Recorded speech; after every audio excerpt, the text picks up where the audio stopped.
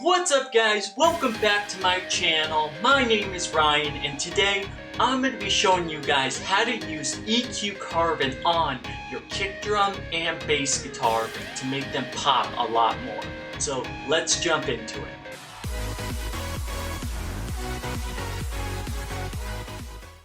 Okay guys, so here we are in Logic Pro X, and right here we have our kick drum and our bass guitar. So what we're going to do is I'm going to show you guys how to take your kick drum and bass guitar and use EQ carving to make them pop more. So we're going to go over here, and what we're going to do is click on our EQ. And we're just going to use the channel EQ that comes inside of Logic.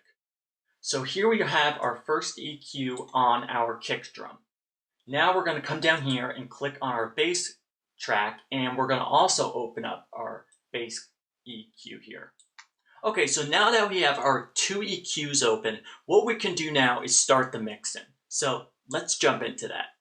Okay guys, so now what we're going to do is start the mixing process.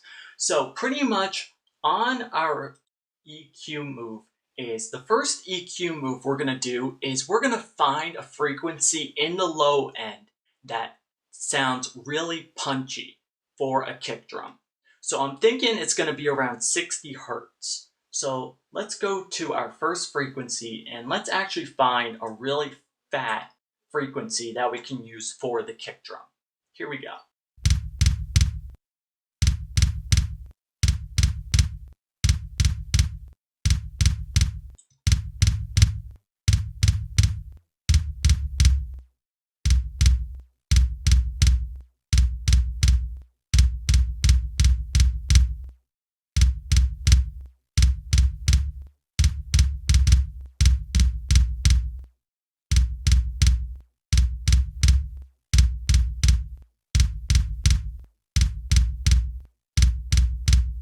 Okay, so 60 Hertz sounds really good. So now what we're going to do is take that down to about 3 dB.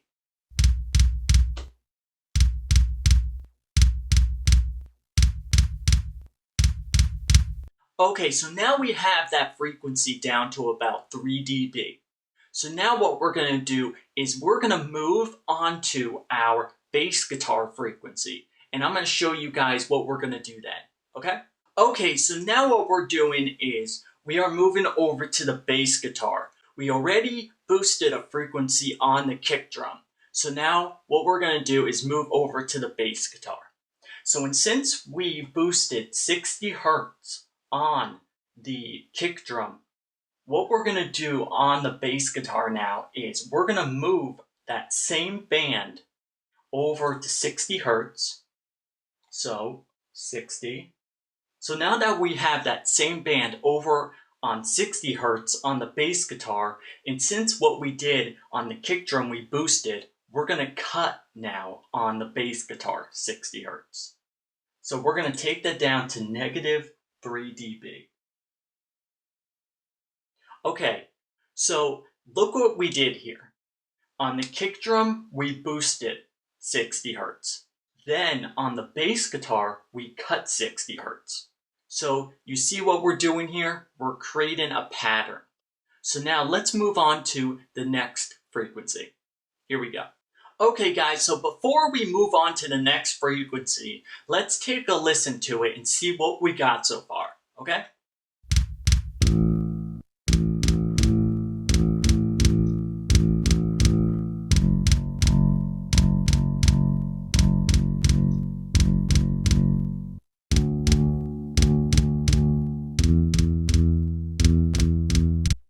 Okay, so it sounds like to me that the kick drum and the bass guitar are coming through a lot more.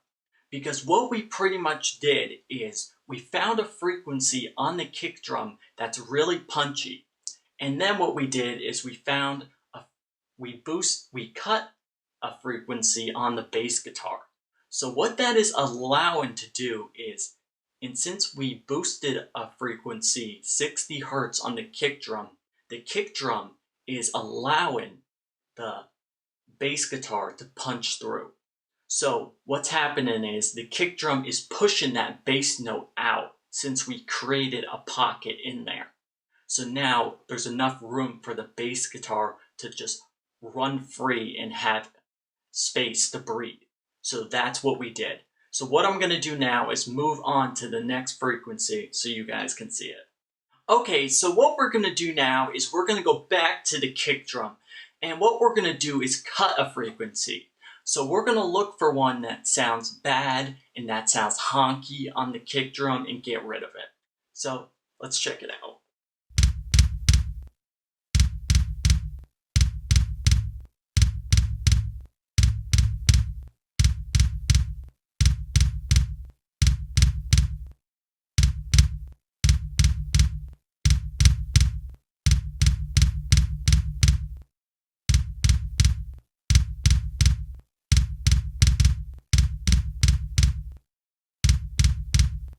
Okay, so right there, around 132 hertz is where the kick drum sounds honky, and it sounds really bad and muddy.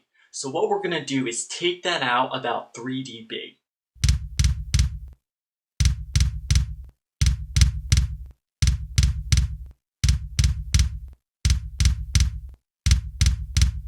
Okay, so now the kick drum doesn't sound honky anymore because we cut that frequency out that sounds bad.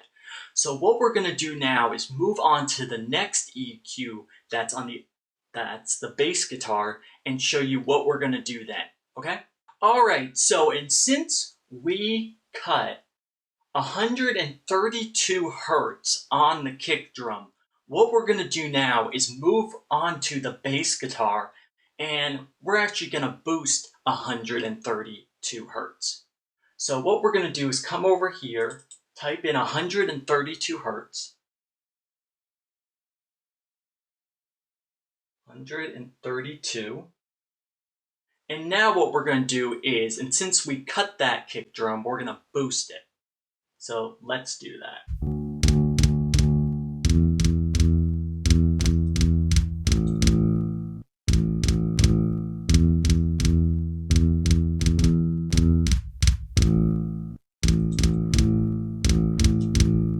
Okay, so since we boosted 132 hertz now on the bass guitar, what we're going to do is just take that down about 3 dB.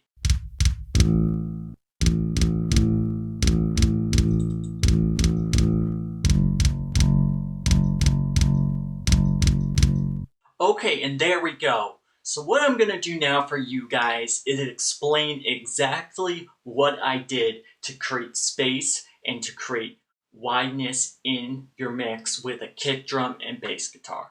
Okay guys, so pretty much what I did is we started with the kick drum, and what we did is we actually boosted 60 hertz on the kick drum to get that punch, that fullness, that fatness.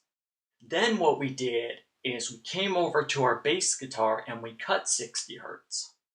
So what that allowed to do is to create a pocket so the kick drum can push the bass guitar out. Then what we did is we came back over to the kick drum and we cut 132 hertz. Then back over to the bass guitar, we actually boosted 132 hertz. So this is how EQ carving works, is you find a frequency on one EQ and then you go over to a different EQ on a different track and you cut that EQ. So if you boosted 60 hertz on one EQ, then you go over to the next EQ on a different track and you cut that 60 hertz.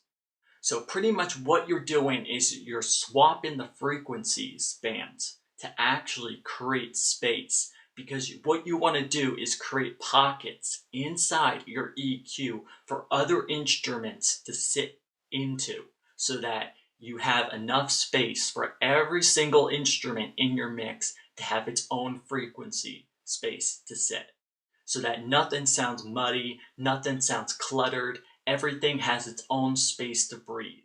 That is what you actually want to think about when you're mixing, is you want every single instrument to have its own space to breathe. Because when mixes are muddy and cluttered, it feels like you're being claustrophobic inside like a tiny cave. You don't have space to go. You want open air to breathe. So think about that when you're mixing. Think about you want every instrument to have its own space. Okay?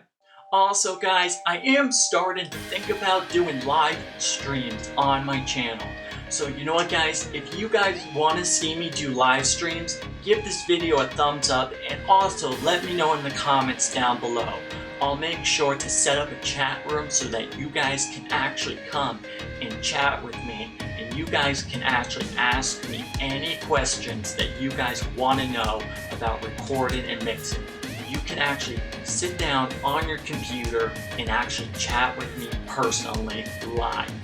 So if you guys want that, leave a like on this video and make sure you let me know in the comments down below. I'll be sure to set that up for you guys. And if you guys haven't yet, make sure you hit that subscribe button down below, make it turn gray, turn on post notifications so that you guys are notified whenever I post a new video on Golden Productions. Alright guys, thank you so much for all the support and thank you so much for watching. You guys are amazing. Thank you so much for everything, and I hope you learned a lot how to make your kick drum and bass guitar pop through the mix using EQ to try these tips out. Let me know in the comments down below what you guys think of today's video. Thank you so much for watching. Keep making great music, and I'll see you guys in the next video. See you guys then.